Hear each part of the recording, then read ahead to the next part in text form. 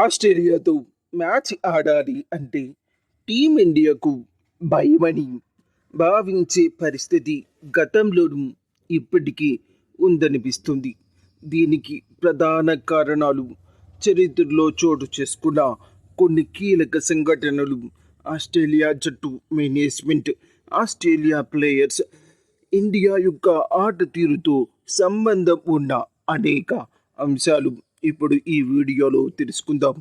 ఆస్ట్రేలియాతో team India మొదటిసారి ఎప్పుడు ఆడిందో తెలుసా మీకు? 1947లో మొదలైంది. స్వతంత్రం తర్వాత భారత్ ఆస్ట్రేలియాలో ఆడిన తొలి సిరీస్. ఈ సిరీస్లో Australia the great batsmen Don Bradman నాయకత్వంలో ఆస్ట్రేలియా భారత్ని 4-0తో చిత్తు చేసింది. 1950లు మరియు 1960లు ఆస్ట్రేలియా ఆధిపత్యమే నడిచింది. 1956, 57లో 2-0తో, 1959, 60లో 2-1తో ఆస్ట్రేలియా సిరీస్ గెలిచింది. ఈ సమయంలో భారత జట్టు బ్యాటింగ్, బౌలింగ్ చాలా బలహీనంగా ఉండేది. అయితే 1970లో సునీల్ గవాస్కర్ వంటి దిగ్గజాలు రావడంతో పరిస్థితి నెమ్మదిగా మారింది. భారత జట్టు మొదటి టెస్ట్ సిరీసు ఆస్ట్రేలియా పైన 1979, 80లో జరిగిన సిరీస్లో గెలిచింది. ఆ సిరీస్లో భారత్ 2-0 తేడాతో గెలిచింది. ఆస్ట్రేలియాకు మొదటిసారి గుణపాఠం నేర్పడం మొదలుపెట్టింది. ఇక్కడి నుంచి ఆస్ట్రేలియా మరియు ఇండియా మధ్య అసలైన పోరు మొదలైంది. 1980-90లో కూడా పూర్తిగా ఆస్ట్రేలియా యుగం. ముఖ్యంగా స్టీవ్ వాగ్, రిక్కీ పాంటింగ్ వంటి కెప్టెన్లు ఆస్ట్రేలియాని సమర్థవంతంగా, దూకుడుగా నడిపించేవారు. 1991-92లో ఆస్ట్రేలియా ఏకంగా భారత్ని 4-0తో ఓడించింది. ఈ సమయంలో భారత్కి ఆస్ట్రేలియా అంటే భయమని మెంటల్గా ప్రిపేర్ అయ్యేవారు. మెగ్రాత్, షేన్ వార్న్ వంటి బౌలర్స్ని ఎదుర్కోవడానికి మన బౌలర్స్ చాలా కష్టపడేవారు.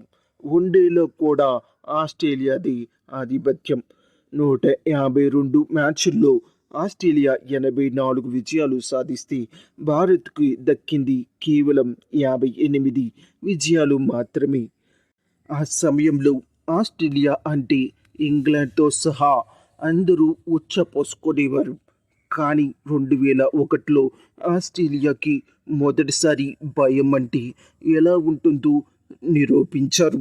అది ఎవరూ కాదు, మన ఇండియన్ క్రికెట్ జట్లో ఇద్దరు, వివిఎస్ లక్ష్మణ్, రాహుల్ ద్రావిడ్. 2001లో కోల్కతా టెస్టులో టీమిండియా ఆస్ట్రేలియా మీద అద్భుతమైన విజయాన్ని సాధించింది. అప్పటి వరకు ఆస్ట్రేలియా ప్రపంచంలోని అత్యంత బలమైన జట్టు. రెండు దేశాల మధ్య జరిగే బోర్డర్ గవాస్కర్ ట్రోఫీలోనూ, ముఖ్యంగా ఆస్ట్రేలియాలో జరిగే మ్యాచ్లు అంటే ఇండియా జట్టుకి భయం ఉండేది. ఇండియా జట్టు భయపడే కారణాలు ఇవే. ఇండియా బ్యాటింగ్ లైనప్ చాలా వీక్గా ఉండేది. ముఖ్యంగా ఆస్ట్రేలియా బౌలర్స్ వేసే షార్ట్ బాల్స్కి, దెబ్బలకి భయపడి భయంతో ఆడేవారు. ఎవరైనా కొద్దిగా ఓపికగా ఆడుతుంటే అతని దగ్గరికి వచ్చి సెడ్యూస్ చేసేది ఆస్ట్రేలియా. ఆస్ట్రేలియా బలం మెగ్రాత్, గ్యాలన్ ఫిలిప్స్, Ricky Ponting, Steve Waugh, Shane Warne వంటి ఆటగాళ్లతో జట్టులో ఉన్న ప్రతి ఒక్కరూ కూడా ఎంతో దూకుడుగా ఉండేవారు. ఎంపైర్స్ కూడా వీరికి వణికిపోయేవారు. రిక్కీ పాంటింగ్ గ్రౌండ్లో ఉన్నాడు అంటే ఎంపైర్స్ కూడా తమ డెసిషన్ని స్వేచ్ఛగా తీసుకునే అవకాశం ఉండేది కాదు. ఇంత డామినేషన్ తట్టుకొని ఏ దేశమైనా సరే గెలవడం ఆస్ట్రేలియా మీద ఇంపాసిబుల్. 2000 సంవత్సరంలో భారత్ క్రికెట్లో ఒక అనుకోని సంఘటన జరిగింది. 2001లో ఆస్ట్రేలియా మీద హర్భజన్ సింగ్ 32 వికెట్లు తీసి టర్బనేటర్గా ఎదిగాడు.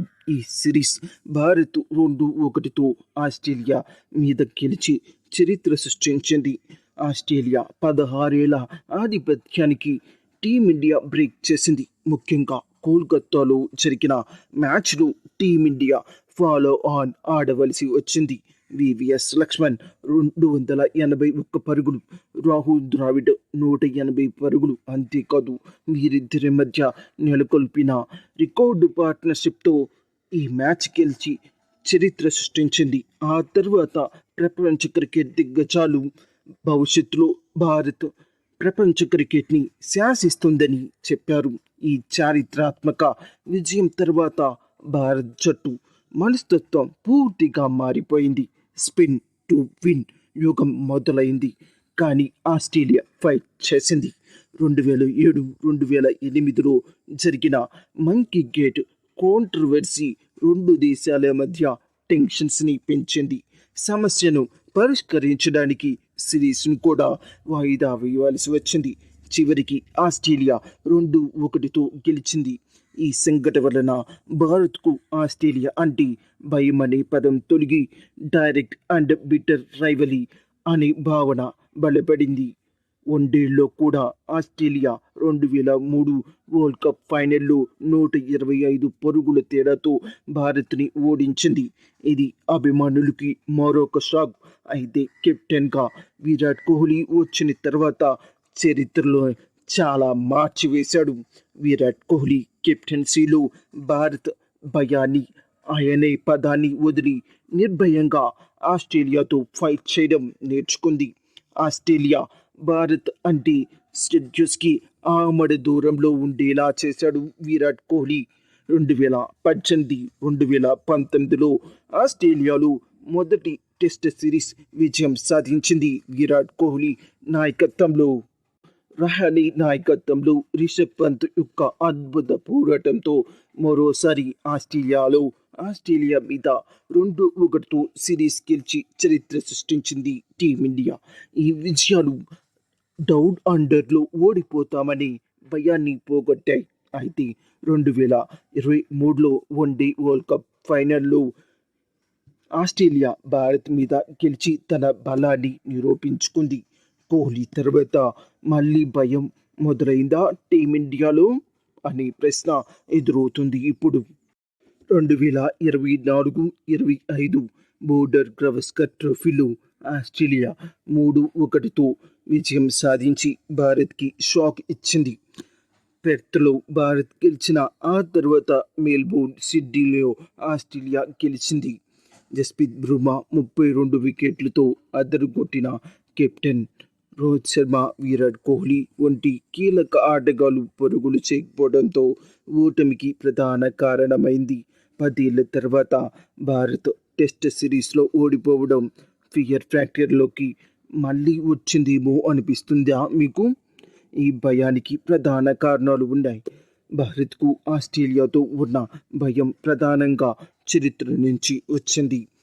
1990 వరకు ఆస్ట్రేలియా అజేయంగా ఉండేది. ఆల్ ఎట్ ఎనీ కాస్ట్ అనే దూకుడుతో మన ఆటని దెబ్బతీసింది. మెక్గ్రాత్, జాసన్ గెలెప్సీ, Shane Warne, Steve Waugh, Ricky Ponting లాంటి వాళ్ళు డోమినేట్ ప్లేయర్స్. వన్డే వరల్డ్ కప్లో ఆస్ట్రేలియా 14 మ్యాచ్ల్లో 9 సార్లు గెలిచింది. ఈ హైస్టేక్ మ్యాచ్ రికార్డు భయాన్ని కంటిన్యూ చేస్తూ వస్తుంది. ఆస్ట్రేలియా క్రికెట్ టీం కన్నా ఆస్ట్రేలియా మీడియా వార్ రూమ్ ఎక్కువ చేస్తుంటుంది. ఆస్ట్రేలియా మీడియా ప్రత్యర్థి కెప్టెన్ని మెంటల్గా టార్గెట్ చేసుకుంటుంది. ఇటీవల ప్రోమోలు చూస్తే మీకు ఆ విషయం అర్థమవుతుంది. డౌన్ అండర్ పిచ్లు ఇవి ఫేస్ ఫ్రెండ్లీ బ్యాట్ స్పిన్నర్లకి పనిచేయవు. 2018-2021లో ఆస్ట్రేలియా గడ్డపైన గెలిచిన విజయాలు భారత్లో భయాన్ని తగ్గించాయి. కానీ 2023లో ఐసీసీ ఫైనల్స్లో మళ్ళీ భారత్ ఓడిపోవడం ఆ భయాన్ని గుర్తు చేస్తుంది. ఆస్ట్రేలియా మాజీ ప్లేయర్ జాసన్ గెలెప్సీ చెప్పినట్లుగా భారత్ జట్టులో ఇంకా భయం ఉన్న ఆస్ట్రేలియాని ఓడించే సత్తా భారత్కి ఉంది. చరిత్రలో ఆస్ట్రేలియా ఆధిపత్యం నుంచి కోహ్లీ రహానే యుగంలో భారత్ జట్టు ఆస్ట్రేలియా కోటని బద్దలు కొట్టింది. ఇప్పటి టీమిండియా భయం కాదని పోరాటమని నిరూపించగలదా? డౌన్ అండర్లో ఈసారి ఎవరు సింహం అవుతారు? భారత్ ఆస్ట్రేలియానా? మీ అభిప్రాయాన్ని కామెంట్ రూపంలో తెలపండి.